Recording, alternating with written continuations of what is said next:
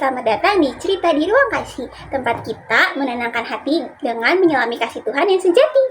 Nah, di Ruang Kasih ini kita bisa mendengarkan cerita-cerita dari para remaja dan komunitas-komunitas, dan terutama sama orang-orang yang mempunyai masalah, tetapi dia masih tetap percaya bahwa Tuhan tuh hadir buat hidup mereka. Sebelumnya, kenalin, nama aku Intan Brian Natali. Hari ini aku yang bakal nemenin kalian buat cerita-cerita singkat tentang apa sih itu kasih. Tapi hari ini aku ngobrolnya nggak sendirian, karena hari ini aku bakal ditemenin sama narasumber yang ikut berbagi cerita juga sama kalian. Halo Kak, apa kabar? Puji Tuhan, baik. Gimana Kak tadi perjalanan ke sini? Cukup macet ya, tadi siang-siang macet. Aduh, Gini panas pasti banget. ya. Aduh, kasihan banget. Oh ya Kak, sebelumnya boleh nggak sih Kak, sebelum kita ngobrol-ngobrol nih panjang lebar, sebelumnya boleh nggak perkenalan diri dulu nih? Boleh. Buat biar teman-teman yang di rumah juga tahu, kan kata orang kan nggak kenal maka tak sayang. Nah, Tapi kalau ada sayang, ya jadi ya ya. belum tentu jadi. Oke, halo semuanya. Perkenalkan, nama aku Maria Ricardona Puspita Dewi dari Universitas Tarumanegara. Oke Kak Maria, jadi kan sekarang kita udah saling kenal nih, teman-teman yang di rumah juga udah pada kenal nih sama kakaknya. Sekarang boleh nggak sih Kak ceritain nih sedikit aja nih kegiatan kakak nih, kesibukannya apa hari-hari ini? Nah, aku dengar-dengar kan kakak ikut pelayanan gereja nih, jadi OMK. Boleh dong Kak sharing-sharing ke mereka nih yang ada di rumah, karena siapa tahu teman-teman juga kepo nih, mau penasaran gimana sih biar bisa ikut pelayanan gereja. Oke, aku sharing dulu ya. Mungkin kegiatan aku sehari-hari mungkin karena mahasiswa, aku ya kuliah. Nah, tetapi di seiringnya itu aku juga mengikuti ke pelayanan gereja itu OMK. Karena usia aku juga masih muda kan, jadi ya mungkin pelayanan aku di gereja ya OMK. OMK itu orang muda Katolik. Orang muda Katolik di gerejaku khususnya itu kan banyak ya pelayanannya, bisa jadi lektor, bisa jadi misdinar, bisa jadi pelayan umat, banyak sebenarnya itu pilihan. Nah, balik lagi ke kalian teman-teman nih yang berminat tuh di mana, terpanggilnya di bagian apa. Nah, khususnya aku di OMK ini aku terpanggilnya di bagian lektor. Lektor itu kayak pembaca sabda. Nah, balik lagi ke teman-teman yang punya kesibukan seperti pekerjaan kalian atau perkuliahan kalian, tapi menurutku bisa diseimbangi untuk menjadi pelayan Tuhan, karena kerja atau belajar itu tidak cukup teman-teman, karena butuh pengandalan dari Tuhan juga. Betul. Gitu. Oke Kak Maria, thank you banget Ika udah sharing-sharing nih ke kita semua yang ada di sini. Nah, jadi yang bakal kita bahas hari ini nih, aku bakal ngebahas tentang apa sih ruang teduh. Nah, teman-teman di sini juga pasti pada penasaran banget nih, apa sih ruang teduh? Dan kadang kita tuh sebagai manusia tuh pasti butuh yang namanya ruang teduh nih Kak. Betul. Di tengah kesibukan kita, di tengah kita lagi mahasiswa kerja, pasti kita nyari apa sih di dunia ini sampai segininya. Nah, kalau misalnya pengertian ruang teduh buat kakak sendiri itu apa sih Kak? Oke, ruang teduh. Ruang teduh menurut aku pribadi mungkin itu dimana ruangan yang ada diri kita dengan Tuhan. Ya, di situ kita dapat mencurahkan isi hati kita, keluh kesah kita, di mana kita mencurahkan dan aktivitas kita tuh semua berhenti. Jadi di dalam ruangan itu khusus kita dan Tuhan untuk berkomunikasi, untuk mencurahkan aktivitas kita sehari-hari, segala kecapean, keluh kesah, semua yang kita alami di dunia ini. Jadi ruang teduh itu menurutku ya kayak refleksi diri aja sih, bisa berbagi cerita dengan Tuhan. Nah iya Kak, bener banget. Nah buat aku sendiri juga sebenarnya sama, ruang teduh bagi aku sendiri tuh sebenarnya banyak banget maknanya ruang teduh. Terutama sebagai tempat kita beristirahat, tempat kita di mana kita bisa mengutarakan semua masalah kita, tempat berlindung ruang teduh tuh, gitu sih Kak.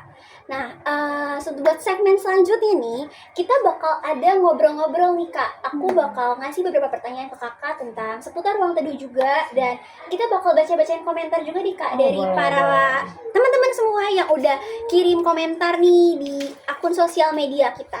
Oke Kak, berarti sebelumnya kakak udah tahu belum sih nih kalau kita tuh ada akun sosial media nih Kak, ruangkasih.podcast. Oh, ada Kak Instagramnya, follow guys. Follow guys, jangan Ada, lupa, di karena nanti Instagram. kita tuh bisa ngobrol-ngobrol di sana. Terus kakak juga bisa ngasih pertanyaan nih buat teman-teman yang mau sharing-sharing tentang masalah kalian, bisa banget nih di ruang kasih podcast di sini nih. Halo. Nah, oke Kak, jadi aku ada beberapa pertanyaan nih Kak yang bakal aku tanyain ke kakak, dan ada pertanyaan juga dari teman-teman nih, udah aku catat di sini buat aku tanya langsung ke Kak Marianya. Apa tuh? Oke Kak, buat pertanyaannya nih, apa sih pesan dari Tuhan yang paling berkesan tentang kasih dan kehidupannya Kak Maria sebagai pelayan Tuhan nih? Oke Kak, kasih Tuhan untuk kita para pelayannya, mungkin yang dapat aku sharingkan, mungkin aku dapat ayat pegangan kali ya tentang kasih, bisa aku bacain. Ini Boleh, ada boleh, di Kak. Sharing. 1 Korintus 13 ayat 4 sampai 8. Aku bacain ya teman-teman. Kasih itu sabar, kasih itu murah hati, ia tidak cemburu, ia tidak memegahan diri dan tidak sombong. Ia tidak melakukan yang tidak sopan dan tidak mencari keuntungan diri sendiri. Ia tidak pemarah dan tidak menyimpan kesalahan orang lain. Ia tidak bersukacita karena ketidakadilan, tetapi ia bersukacita karena kebenaran. Ia menutupi segala sesuatu, percaya segala sesuatu, mengharapkan segala sesuatu, sabar menanggung segala sesuatu. Kasih tidak berkesudahan, nubuat akan berakhir, bahasa roh akan berhenti, pengetahuan akan berhenti. Oke, dari ayat yang tadi aku bacain, mungkin aku dapat simpulkan, kasih itu tidak memandang segala sesuatunya. Jadi, mau itu orang jahat, orang baik, orang yang mengecewakan kalian, orang yang menyakiti kalian, dimana kasih itu ada, kalian pasti tidak akan membenci mereka. Jadi kalian tetap mengasihi mereka dengan kasih yang Tuhan kasih buat kalian. Nah, betul banget Kak. Aduh, emang kita tuh mau dijahatin sejahat apapun, kita tuh harus selalu mengasihi orang tersebut. Karena Tuhan sendiri aja tuh mau kita berbuat dosa kayak gimana, Tuhan tetap mengasihi kita. Banget. Oke Kak, buat lanjut nih, buat pertanyaan selanjutnya. Menurut Kak Maria sendiri nih, tantangan terbesar apa sih yang kakak alamin selama kakak tuh mengasihi orang tersebut? Tantangan terbesar ya? Iya. Gini, mungkin yang tadi aku bilang, ketika orang udah jahat sama kita, itu kan tantangan ya. Mungkin kita kayak udah kecewa, kita kepancing nih ikut marah, ikut kesel sama orang yang udah ngecewain kita. Tapi kasih Tuhan selalu mengingatkan kayak Tuhan aja mau mengampuni kalian, masa kalian tidak mau mengampuni sesama kalian yang mencela kalian. Jadi tahu tantangan terbesar yaitu melawan diri sendiri untuk bisa nggak ngelakuin hal yang sama. Jadi apa yang mereka kasih tentang mereka udah menyakiti kita melawannya dengan kasih gitu.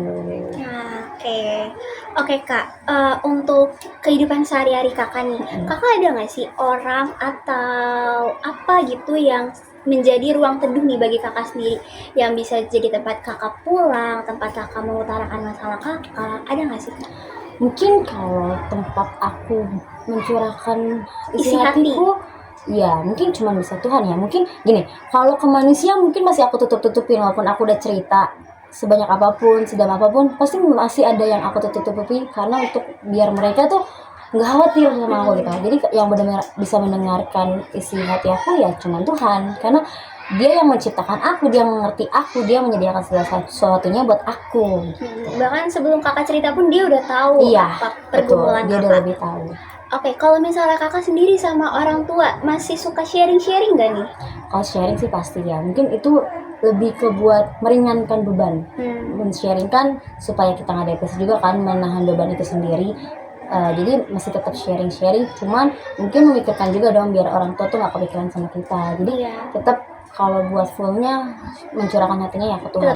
Oke, karena kita udah kasih beberapa pertanyaan nih ke Kak Maria, sekarang waktunya kita baca-bacain komentar dari teman-teman yang udah ngasih pertanyaannya juga nih buat dititipin ke Kak Maria nih. Oke Kak, pertanyaan dari teman-temannya nih, mengapa banyak relasi atau hubungan yang gagal meskipun ada cinta, tapi di dalam hubungan itu tuh nggak ada kasih Kak?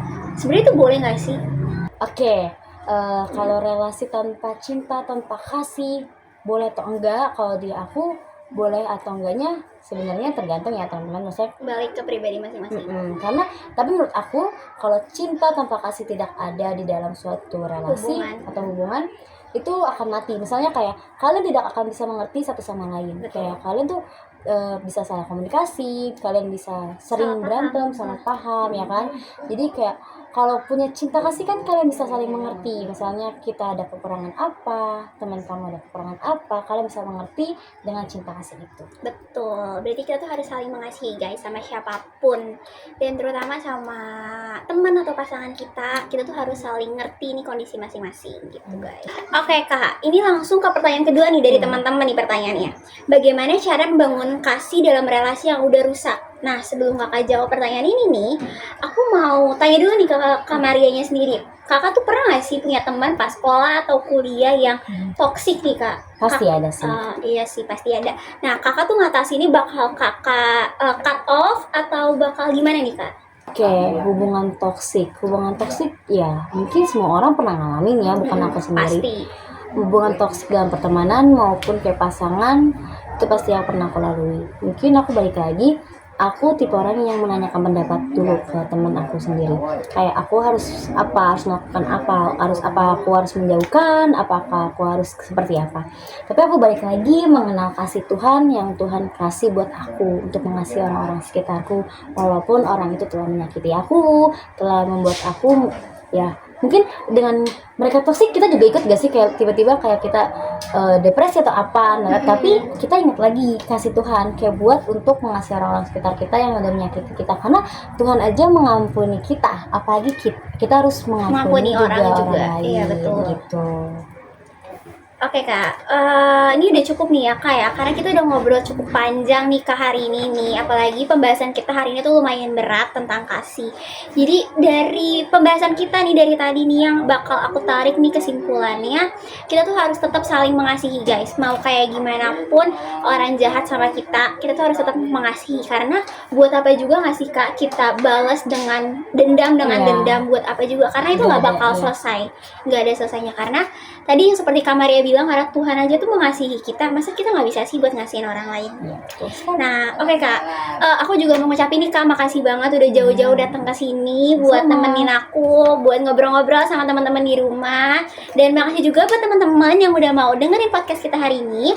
Dan buat teman-teman yang belum sempat nih buat cerita-cerita, buat komentar, kalian bisa komen di akun sosial media kita di Ruang Kasih Podcast. Dan kak, makasih banyak nih kak udah mau temenin aku hari ini. Dan bye-bye kak, see you. Thank you guys. Terima kasih, bye-bye.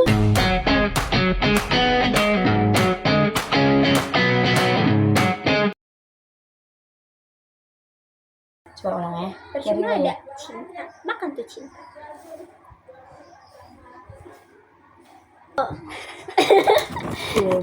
Ya Allah. Kalau kepo dengan Ruang Teduh follow. Ruang Teduh. Kan kita kan dalam relasi, orang gila juga ya orang tuh ngomong. Iya deh, ya, oke. Relasi.